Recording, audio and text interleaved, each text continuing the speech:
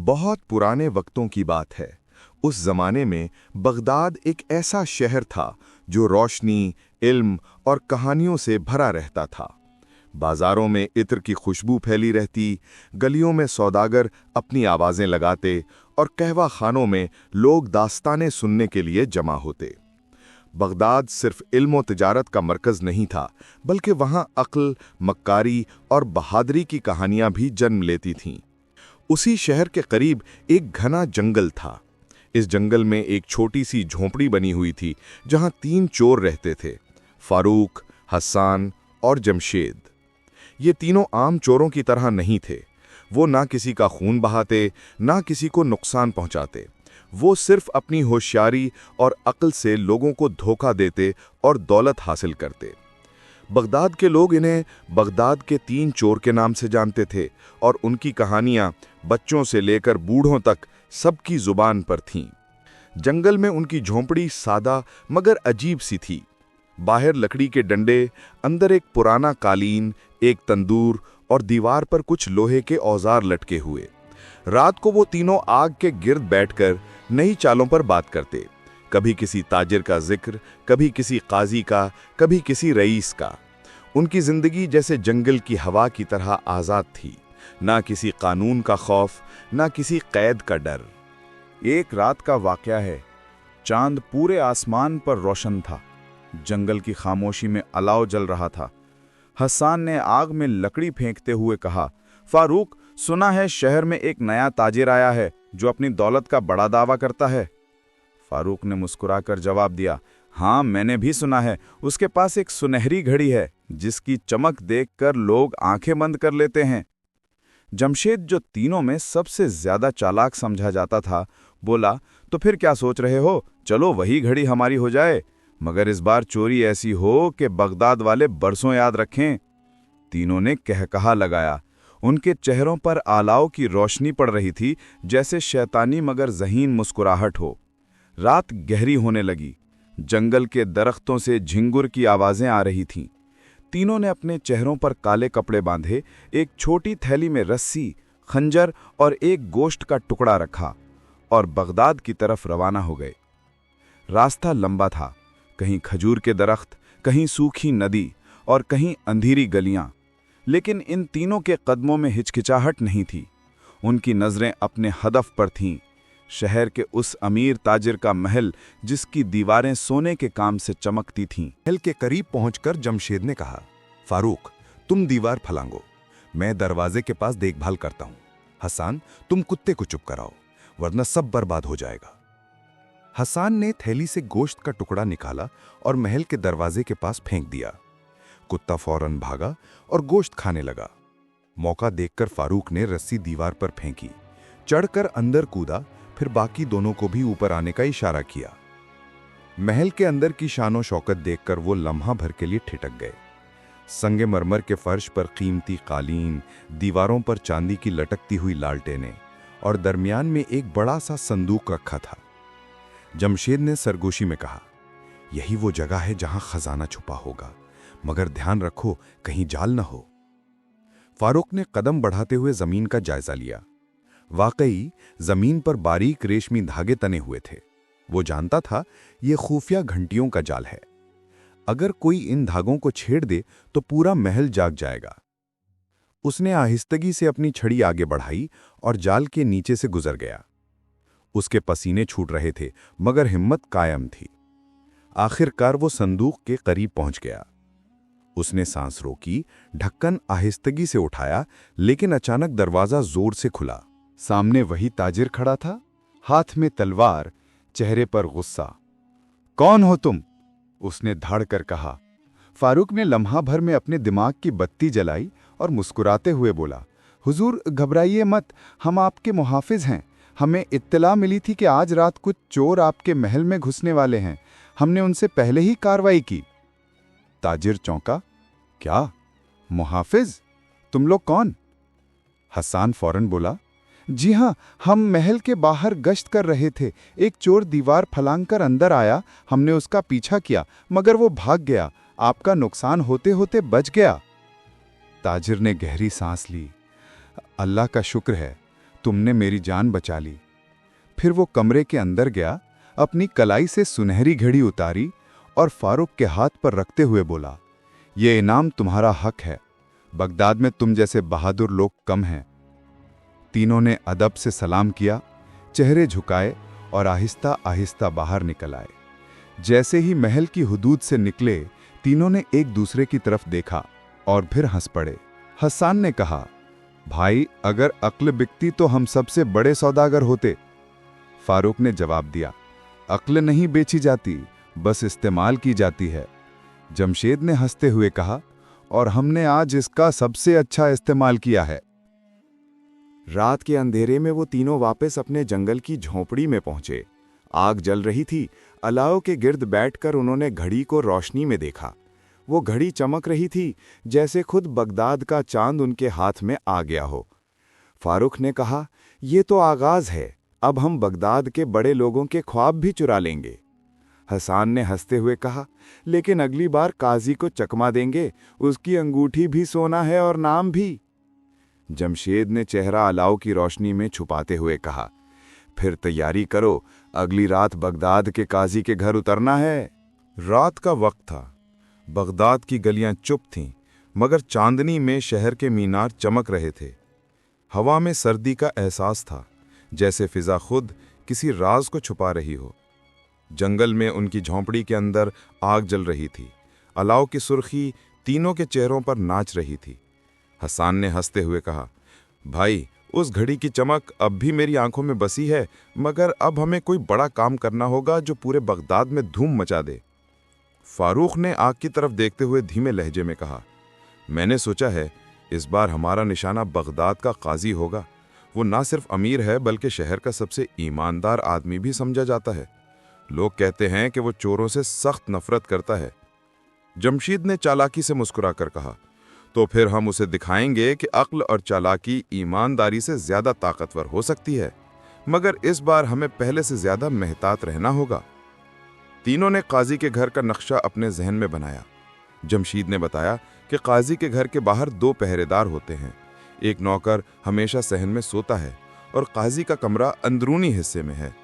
उनके मुताबिक काजी हर रात सोने से पहले कुरान पढ़ता है, फिर अंगूठी उतारकर अपने तकिए के पास रख देता है। यही उनका मकसद था, वो कीमती अंगूठी।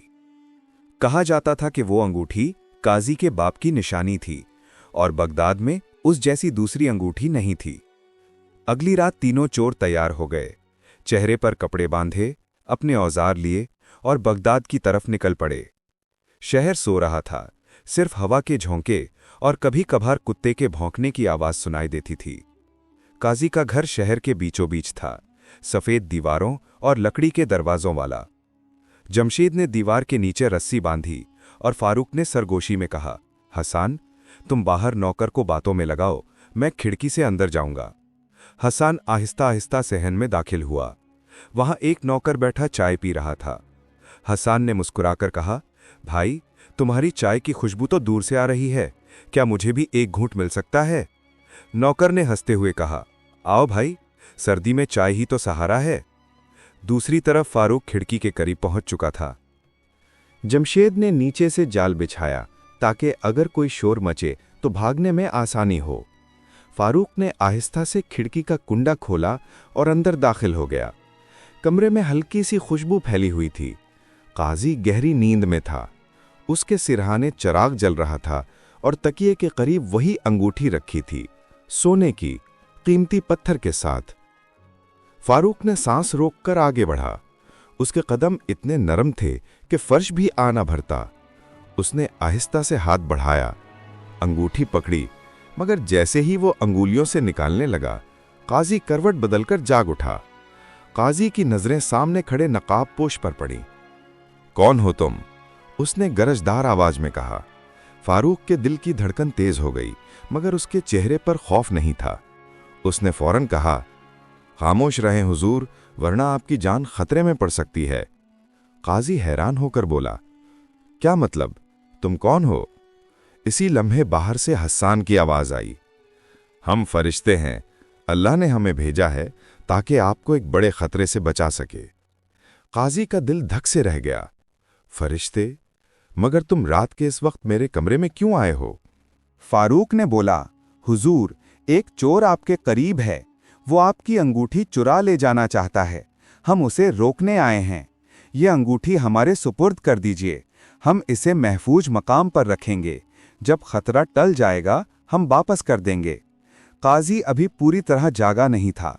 नींद और खौफ के आलम में उसने सर हिलाया। अगर तुम वाकई अल्लाह के फरिश्ते हो तो ले जाओ, मगर मेरा हक वापस जरूर देना। फारूक ने झुककर अंगूठी उठाई, काजी को सलाम किया और आहिस्तगी से खिड़की से बाहर निकल आया। बाहर जमशेद और हस्सान उसका इंतजार कर रहे थे। तीनों खामोशी से अंधेरे में गुम हो गए। कुछ देर बाद काजी ने आंखें खोली। चराग की लो थरथरा रही थी। उसने हाथ देखा, अंगूठी गायब थी। पहले तो वो डर गया, फिर सोचा शायद वाकई वो फरिश्ते थे, अल्लाह के बंदे जो मुझे चोर से बचा गए। सुबह होते ही शहर में एक नई बात फैल गई। काजी के पास फरिश्ते आए थे, उन्होंने उसकी अंगूठी लेकर चोरों से बचाई है। लोग हैरान थे, मगर काजी मुतमईन था। उसे अपनी नेक नियति पर यकीन था। उधर जंगल में तीनों चोर अंगूठी की रोशनी में हंस रहे थे। जमशेद ने कहा, फारूक, तुमने काजी के मुंह से फरिश्ते बनकर अंगूठी निकलवा ली। ये तो बगदाद की सबसे बड़ी चाल है। हसान बोला, अब तो हम बगदाद के किस्से बन गए। फारूक ने मुस्कुराकर कहा, लेकिन अभी नहीं, खेल अभी बाकी है। अगर बगदाद वाले हमें चोर समझें तो मजा क्या? हमें वो बनना है जिन पर लोग फख्र करें। चंद दिन गुजरे। बगदाद के बाजारों में हर कोई उन्हीं तीनों चोरों की बात कर रहा था। किसी ने कहा, ये चोर नहीं, अक्ल के जादूगर हैं। किसी ने कहा, इनके दिमाग में शैतान भी चकरा जाए। मगर काजी ने खामोशी से अपनी अंगूठी के गायब होने की हकीकत समझ ली। जब नींद खुल गई और अक्ल ठिकाने आई तो उसके दिल में शक पैदा हुआ, क्या वाकई वो फरिश्ते थे या चोरों की कोई नई चाल? काजी ने अगले ही दिन शहर के सिपाहियों को जमा किया। उसने बुलंद आवाज में ऐलान किया, जिस किसी ने इन 3 चोरों को पकड़कर मेरे सामने पेश किया, उसे बड़ा इनाम दिया जाएगा। ये ऐलान पूरे बगदाद में फैल गया। बाजारों में बातें होने लगीं, गलियों में शोर मच गया। लोग कहने लगे, अब ये 3 चोर कहीं नहीं बचेंगे। लेकिन जंगल में बैठे तीनों चोरों ने जब ये खबर सुनी तो वो हंसने लगे। हस्सान ने कहा, काजी ने हमें पकड़ने का ऐलान किया है, तो क्यों ना हम खुद ही उसके पास चले और इनाम ले आएं। फारूक ने मुस्कुराकर कहा, हाँ, यही तो असल चाल है। हम खुद काजी के सामने जाएंगे, मगर इस तरह कि वो हमें पकड़ने के बजाय इज्जत देकर रुखसत करेगा। जमशेद ने कहा, फिर तैयारी करो भाइयों, बगदाद का सबसे दिलचस्प खेल अब शुरू होने वाला है। सुबह का वक्त था। बगदाद के किले के दरवाजे पर सिपाहियों की कतारें खड़ी थीं। बाजार में शोर था। लोग काजी के ऐलान पर बातें कर रहे थे। काजी ने इन चोरों पर इनाम रखा है। कहते हैं जो पकड़ कर लाए उसे सोना मिलेगा। मगर भला वो चोर पकड़ने वाले हैं, वो तो साये की तरह गायब हो जाते हैं। इन्हीं बातों के दौरान जंगल में तीनों चोर, फारूक, हस्सान और जमशेद, अपनी झोंपड़ी के बाहर बैठे कहवा पी रहे थे। जमशेद ने हंसते हुए कहा, भाई, अब बगदाद में हमारी शोहरत इतनी फैल गई है कि अगर हम सच बोलें तो भी लोग झूठ समझेंगे। फारूक ने जवाब दिया, शोहरत हो या बदनामी, बात तब बनती है जब शहर के काजी को भी चकमा दे दिया जाए, और अब हम वही करने जा रहे हैं। हस्सान बोला, लेकिन क्या हम खुद काजी के पास जाएंगे? ये तो पागलपन है।